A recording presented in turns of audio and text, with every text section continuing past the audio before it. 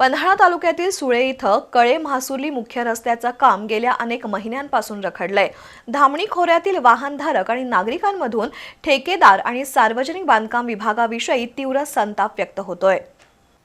पन्हाळा तालुक्यातील सुळेमधील रासाई मंदिर कमान ते यशवंत माध्यमिक विद्यालय पर्यंतचा रस्ता गेली अनेक महिने रखडल्यानं ठेकेदाराविषयी तसंच सार्वजनिक बांधकाम विभाग आणि प्रशासनाविषयी नागरिकांमधून आणि वाहनधारकांमधून तीव्र संताप व्यक्त होत असून संबंधित ठेकेदाराचं लायसन्स रद्द करण्याची मागणी होतीये।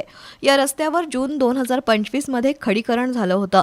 त्यानंतर काही दिवसांपूर्वी ठेकेदाराकडून साईड पट्टीवर अर्धवट काँक्रिटीकरण करण्यात आलं।